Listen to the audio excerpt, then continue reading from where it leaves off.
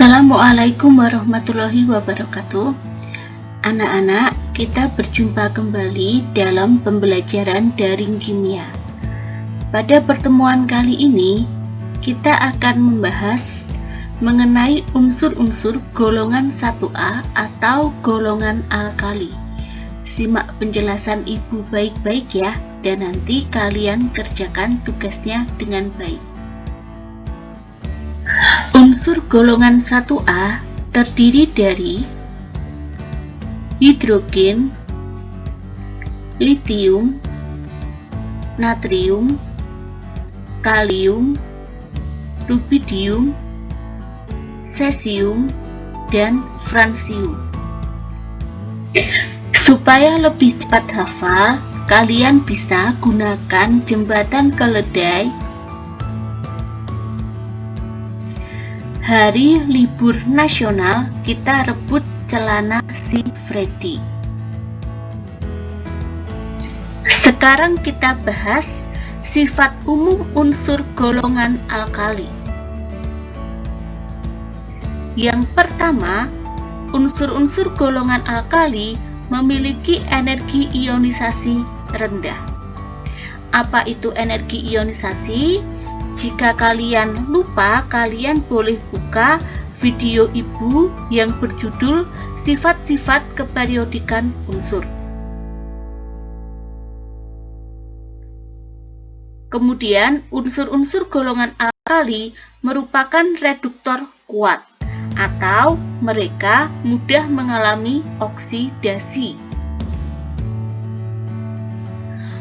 Unsur-unsur golongan alkali sangat reaktif atau sangat mudah bereaksi dengan unsur lain untuk membentuk senyawa. Karena itu, di alam, unsur golongan alkali tidak terbentuk sebagai unsur bebas, tetapi kebanyakan ditemukan dalam bentuk senyawanya. Reaksi unsur golongan alkali dengan air berlangsung cepat. Unsur golongan alkali bersifat lunak, meskipun logam mereka lunak. Kenapa? Karena ikatan logamnya lemah. Logam-logam alkali diperoleh dari elektrolisis leburan garam halidanya.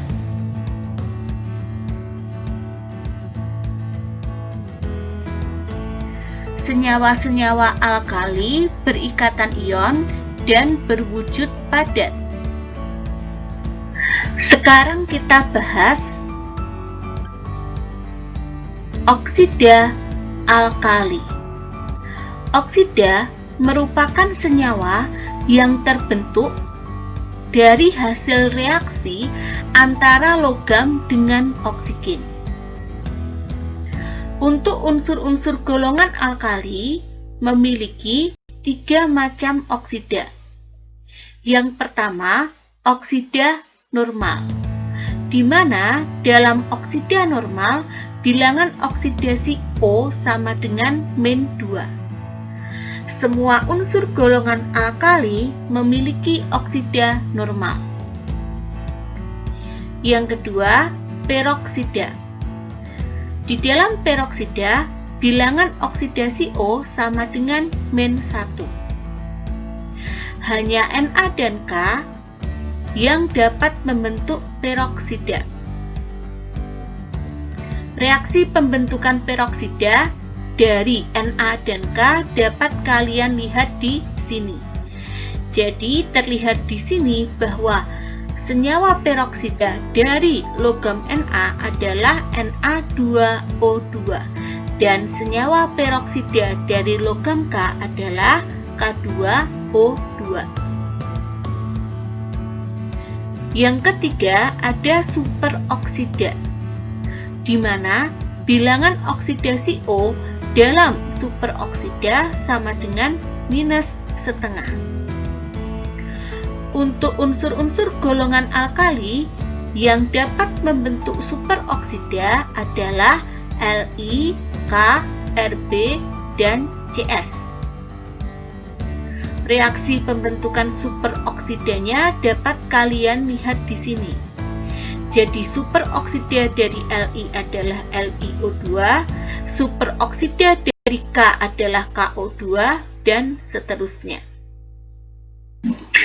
Sekarang kita belajar proses pembuatan logam alkali. Yang pertama untuk logam natrium. Natrium dibuat melalui proses Dawn. Kemudian untuk litium, kalium, dan rubidium dibuat melalui proses elektrolisis leburan garam halidanya. Selanjutnya untuk fransium. Fransium ini merupakan satu-satunya unsur golongan 1A yang bersifat radioaktif. Karena dia bersifat radioaktif, dia dapat diperoleh dari proses peluruhan biji uranium. Berikutnya, kita akan belajar reaksi-reaksi logam alkali.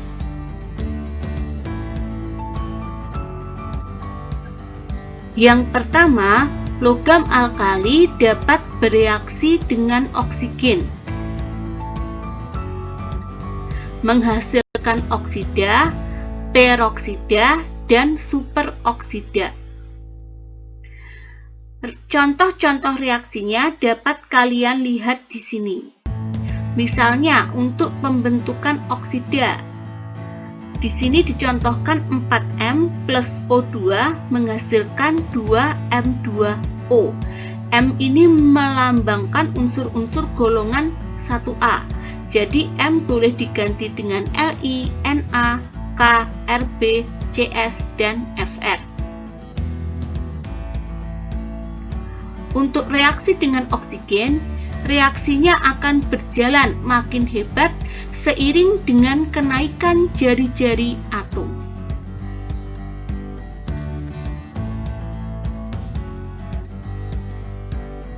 Kemudian, unsur-unsur alkali juga dapat bereaksi dengan halogen atau unsur-unsur golongan 7A. Hasilnya adalah garam halida.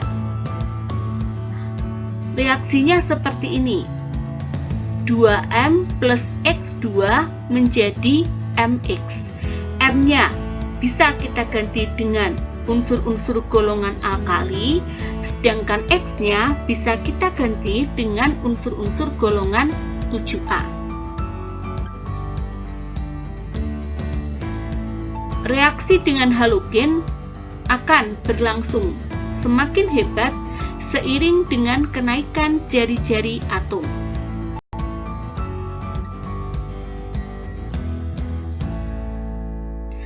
Selanjutnya, reaksi dengan hidrogen. Hasilnya berupa hidrida.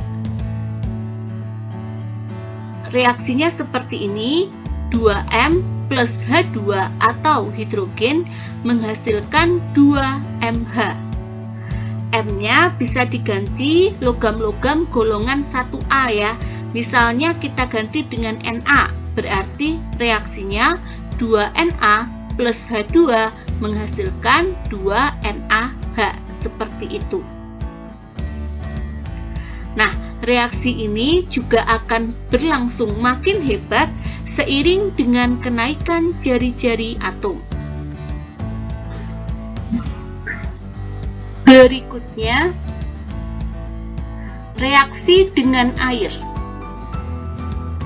Hasilnya berupa senyawa yang bersifat basa. Reaksinya dapat dituliskan seperti ini. 2M plus 2H2O menghasilkan 2MOH plus H2. Litium bereaksi lambat dengan air. Sedangkan logam-logam yang lain dalam golongan 1A reaksinya sangat dahsyat, bahkan sampai menimbulkan efek terbakar. Yang terakhir, reaksi dengan asam encer. Hasilnya berupa kation logam alkali atau logam alkali dalam wujud ionnya. Contohnya seperti ini, Ms plus 2H plus menghasilkan 2M plus H2. Nah, M plus inilah yang disebut sebagai kation logam alkali. Reaksi ini berlangsung makin hebat seiring dengan kenaikan jari-jari atom. Selanjutnya, mari kita bahas mengenai cara identifikasi logam alkali. Cara identifikasi ini kita perlukan apabila kita ingin mengetahui apakah dalam suatu sampel terdapat logam alkali di dalamnya atau tidak. Cara identifikasi yang pertama adalah dengan uji nyala. Nah, uji nyala itu apa? Jadi, sampel yang kita duga mengandung logam alkali, kita celupi dengan kawat nikrom. Kemudian kawat nikromnya kita bakar di atas nyala bunsen. Jika sampel tersebut mengandung logam alkali, maka akan menimbulkan efek warna nyala api yang berbeda-beda seperti ini. Apabila sampel tersebut mengandung litium, maka akan menimbulkan warna merah. Jika mengandung natrium, menghasilkan warna nyala kuning. Jika terdapat kalium, menghasilkan nyala warna ungu.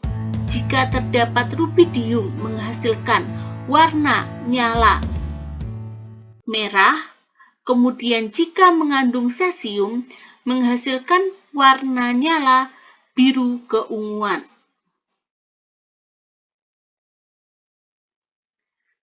Cara identifikasi yang selanjutnya adalah dengan penambahan reagen atau larutan yang mengandung anion atau kation tertentu. Jika larutan mengandung litium, maka kita mengujinya dengan reagen yang mengandung ion OH-, CO3-, dan PO4-, di mana jika litium ditambahkan larutan-larutan yang mengandung ion-ion ini, maka akan menimbulkan suatu endapan. Jika sampel kita mengandung K, Rb, atau Cs, maka kita dapat menambahkan reagen yang mengandung ion ClO4-, di mana logam-logam K, Rb, dan Cs dalam bentuk ionnya apabila bereaksi dengan ion ClO4- akan menghasilkan senyawa yang berupa endapan.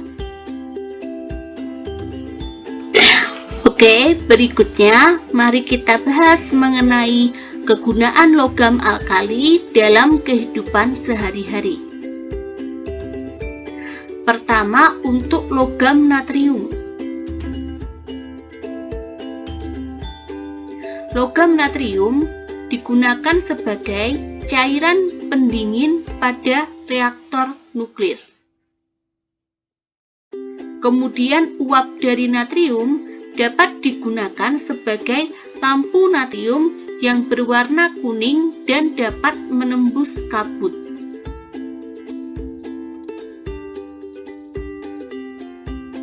Uap natrium juga dapat digunakan sebagai bahan TeL.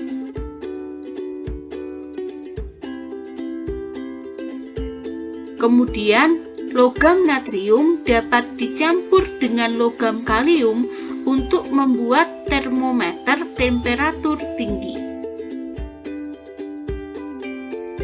Logam natrium juga dapat dimanfaatkan sebagai fotosel alat-alat elektronik.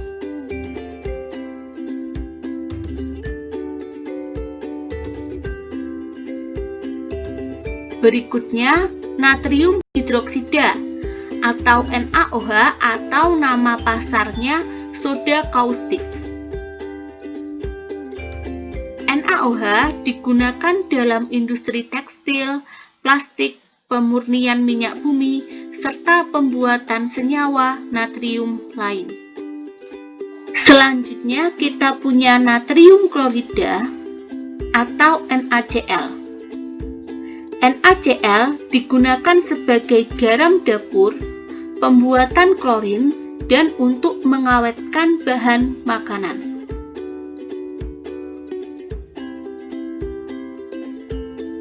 Ada lagi Na2CO3 atau natrium karbonat atau soda abu.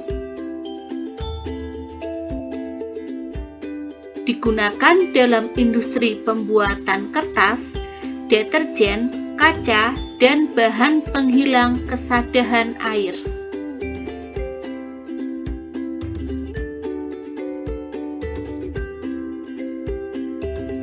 Ada lagi logam kalium. Logam kalium digunakan untuk membuat kalium superoksida yang dapat bereaksi dengan air membentuk oksigen.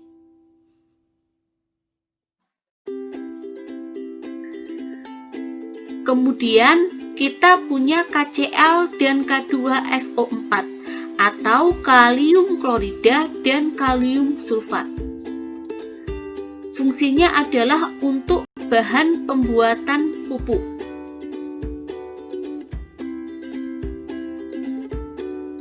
Kemudian kita punya KNO3 atau kalium nitrat. Kegunaannya adalah sebagai bahan pembuat peledak, petasan, dan kembang api.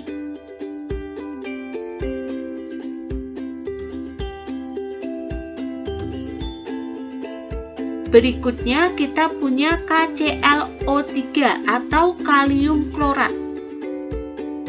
Kegunaannya yang pertama sebagai bahan pembuat korek api, bahan peledak, dan mercon. Yang kedua, jika kalium klorat direaksikan dengan HCl, akan dihasilkan gas klor.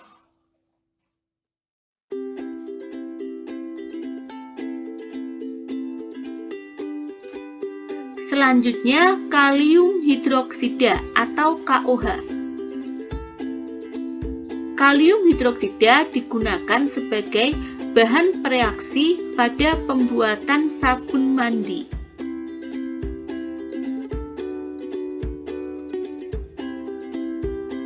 Kemudian kita punya logam rubidium. Kegunaannya adalah sebagai permukaan pekat cahaya dalam sel fotolistrik yang dapat mengubah energi cahaya menjadi energi listrik.